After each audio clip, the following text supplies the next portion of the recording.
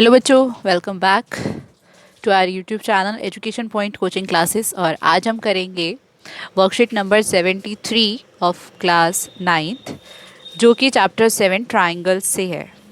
So start करते हैं। देखिए, ये जो वर्कशीट है ये रिविजनरी वर्कशीट है, वर्कशीट नंबर 25, 26 एंड 27 की, जिसमें फर्स्ट 4 क्वेश्चंस जो हैं आपके फिल इन दी ब्लैंक्स हैं। तो पहले फिल इन दी ब्लैंक्स करते हैं। इसमें बोला गया है a line segment joining the vertex of the midpoint of the opposite side of a triangle is known as। देखिए, इसमें है कि भाई एक लाइन सेगमेंट है जो कि ज्वाइन करता है मिड पॉइंट्स को, ठीक है, of the opposite sides of a triangle is known as the median of a triangle. तो इसका आंसर होगा आपका मीडियन। देखिए, मैं अब आपको इसको समझा देती हूँ कि किस तरीके से ये मीडियन बना।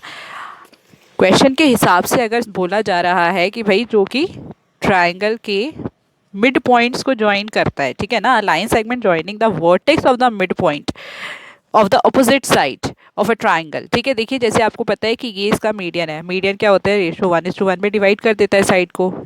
ये भी क्या होगा? इसको 1:1 रेशो में डिवाइड करेगा। सेम ये चीज़ भी क्या होगी? 1:1 रेशो में डिवाइड करेगी। इनको क्या बोलते हैं? मीडियन ही तो बोलते हैं, ठीक है ना, जो कि अपोजिट साइड का मिड पॉइंट हो। तो यानी कि ये क्या हो जाएगा? मीडियन। इसका आंसर होगा मीडियन। नेक्स्ट में है a triangle in which 2 sides are of equal length. भाई जिसमें 2 साइड्स इक्वल होती है उस ट्राइंगल को क्या बोलते हैं? ऐसे ट्राइंगल को आइसोसेलेस ट्राइंगल बोला जाता है।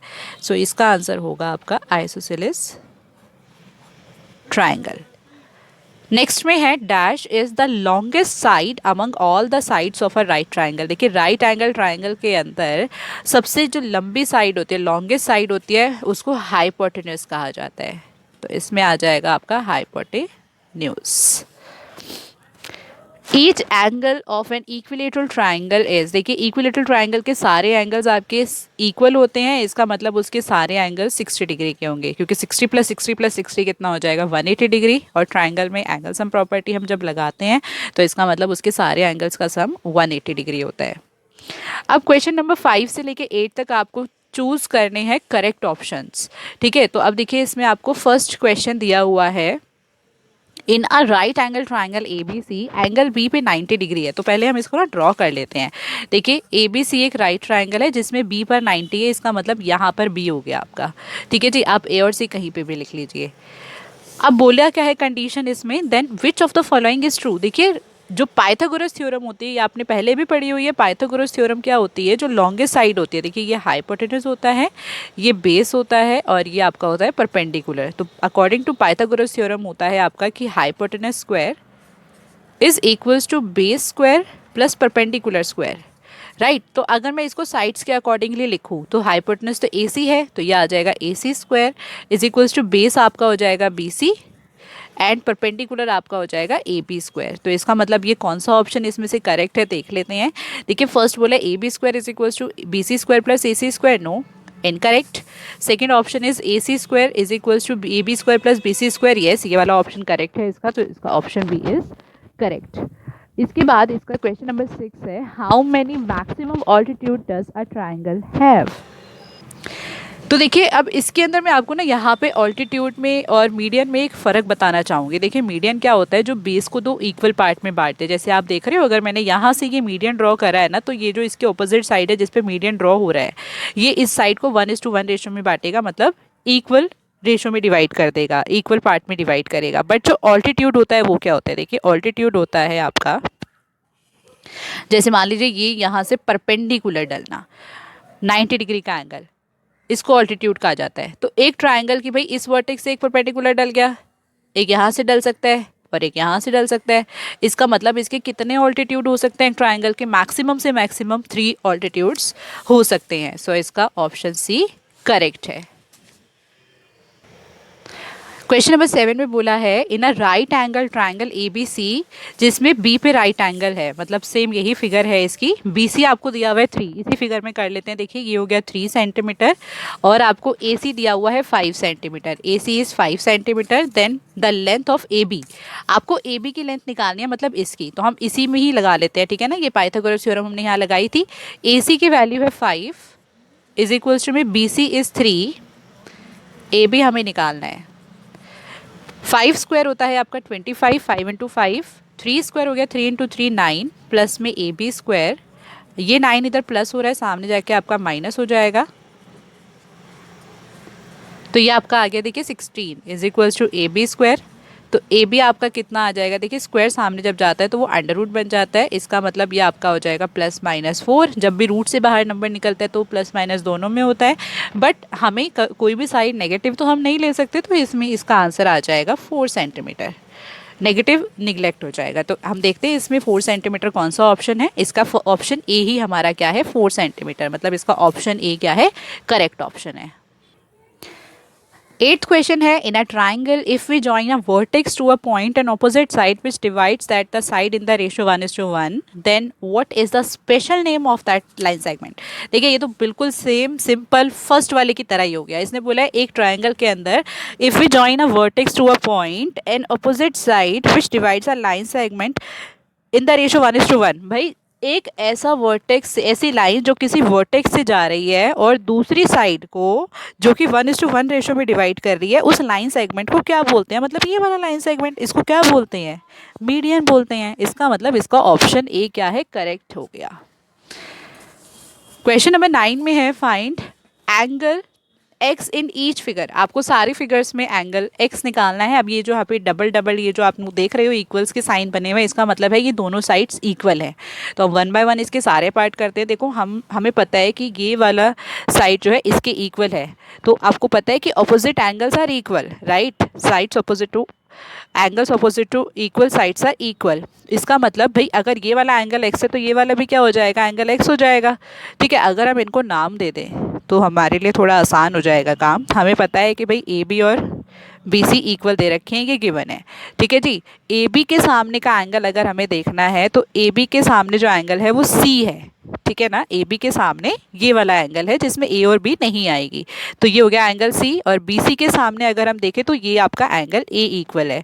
यहाँ पर आप रीजन दे सकते हैं that angles opposite to equal sides are equal. भाई ऑपोजिट जो आपके एंगल होते हैं इक्वल साइड के वो हमेशा इक्वल होते हैं। इसका मतलब अगर ये एंगल एक्स है तो ये वाला भी एक्स बन गया। ठीक है ना, एंगल सी और ए, इसका मतलब चलो इसको हम सीधा यहाँ एक्स लिख लेते हैं।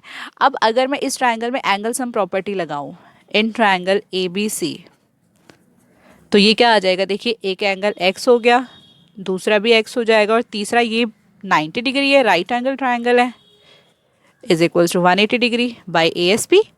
ठीक है, अब x प्लस एक्स हो गया 2x, ये 90 इधर प्लस हो रहा है, सामने जाके क्या हो जाएगा minus, so 2x is equals to 90 degree. So आपकी x की वैल्यू क्या आ जाएगी, देखिए 90 डिग्री अपॉन में 2, आप इसे काटेंगे तो ये आपका आ जाएगा 45 डिग्री। आपको इसमें x की वैल्यू निकालनी थी और वो वैल्यू क्या हो जाएगी 45 डिग्री। अब देखिए यहाँ पर भी यही सेम चीज़ है, मैं यहाँ पर इसमें भी नाम दे देती हूँ एंगल को ए बी सी। अब ए बी और ए सी इसके अंदर इक्वल दे रखेंगे, इक्वल्स के साइन बनाए हुए हैं ना ए बी और ए सी। इसका मतलब भाई एंगल बी और सी इक्वल हो जाएंगे। ए बी के सामने एंगल सी है और ए सी के सामने एंगल बी है। इसका रीज़न भी यही वाला सेम आप लिखेंगे, angles opposite to equal sides are equal. अब एंगल सी और बी, भाई ये तो तुम्हारा एक्स है, ठीक है ना, एंगल सी हमारा बी हमारा है एक्स और सी है 40। इसका मतलब ये वाला एंगल भी हमारा क्या आ गया 40 डिग्री आ गया।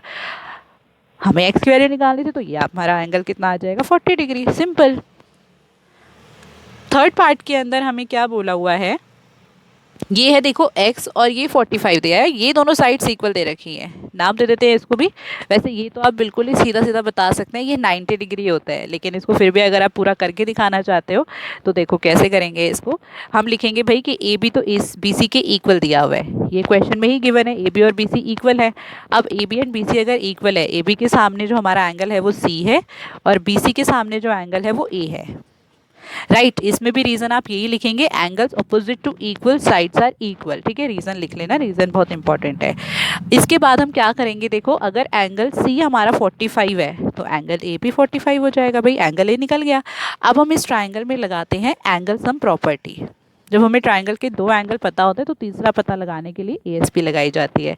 तो देखिए angle A plus angle B plus angle C is equal to हो जाएगा 180 डिग्री। एंगल ए हमारे को पता चल गया है 45 डिग्री है, प्लस में एंगल बी हमें नहीं पता ये एक्स है, प्लस में सी भी 45 है is equal to 180 degree. 45 plus 45 क्या हो जाएगा 90। ये यहाँ 90 प्लस हो रहा है, सामने जाके क्या हो जाएगा माइनस। तो ये आपका आ गया भाई 90 डिग्री। यहाँ पर जो x की वैल्यू निकली है वो कितनी हो गई 90 डिग्री। इन दिस केस यहाँ पे कौन सी दो साइड इक्वल है, ए बी और ए सी। ए बी के सामने कौन सा एंगल आएगा सी एंड ए सी के सामने कौन सा एंगल आएगा B. Angles opposite to equal sides are equal. इसका मतलब अब आप देख रहे हो सी और बी, यानी कि ये वाला एंगल भी हमारा एक्स हो गया, ठीक है ना, क्योंकि बी एक्स है तो सी भी एक्स हो जाएगा। अब हम इस ट्राइंगल में एंगल सम प्रॉपर्टी लगा लेते हैं। इन ट्राइंगल ए बी सी हमें पता है तीन एंगल, एक तो हमारा ए, एक बी और एक सी, ये तीन एंगल्स हैं, इनका सम हो जाएगा 180 degree by A S P. Okay, अब एंगल ए की वैल्यू तो है हमारी 100, बी भी हमारा एक्स है और सी भी हमारा एक्स है, इज इक्वल टू 180 डिग्री। तो ये आपका हो गया x plus x 2x is equal to 180 degree. 100 वहाँ जाके क्या हो जाएगा हमारा माइनस, तो ये आ गया 2x इज इक्वल टू में 80 डिग्री, माइनस हो गया ये, और ये इससे क्या हो रहा है 2 मल्टीप्लाई, सामने जाके क्या हो जाएगा डिवाइड। इसका मतलब हमारी x की वैल्यू इस केस में क्या आ गई 40 डिग्री। क्वेश्चन नंबर 10 में बोला है triangle P Q R is a right angled at Q, मतलब एक राइट एंगल ट्राइंगल है ये जिसमें क्यू पे राइट एंगल है। तो पहले इसकी फिगर ड्रॉ कर लेते हैं। क्यू पे राइट एंगल बना दिया, इसका मतलब पी और आर आप कहीं पे भी लिख सकते हैं। आगे इसमें बोला है भाई पी क्यू तो 35 है एंड पी आर आपकी है 37 सेंटीमीटर। आपको निकालनी है लेंथ ऑफ क्यू आर। भाई राइट एंगल ट्राइंगल है मतलब पाइथागोरस थ्योरम लगेगी। सेम चीज़ है इसके अंदर, हम लिखेंगे in triangle P Q R, Pythagoras theorem क्या होती है, हाइपोटेनस का स्क्वायर इज इक्वल्स टू में परपेंडिकुलर स्क्वायर, मतलब P Q square plus base square, base is Q R. P Q हमारा पी आर कितना दिया हुआ है 37 इज इक्वल्स टू में पी क्यू कितना दिया हुआ है 35 प्लस में क्यू आर स्क्वायर। अब भाई 37 का अगर हम स्क्वायर करते हैं तो ये हमारा होता है 1369। 35 का स्क्वायर अगर आप करेंगे 35 इंटू 35 फिर भी 1225 प्लस क्यू आर स्क्वायर। अब आप देख रहे हो ये इससे प्लस हो रहा है, सामने जाके क्या हो जाएगा माइनस।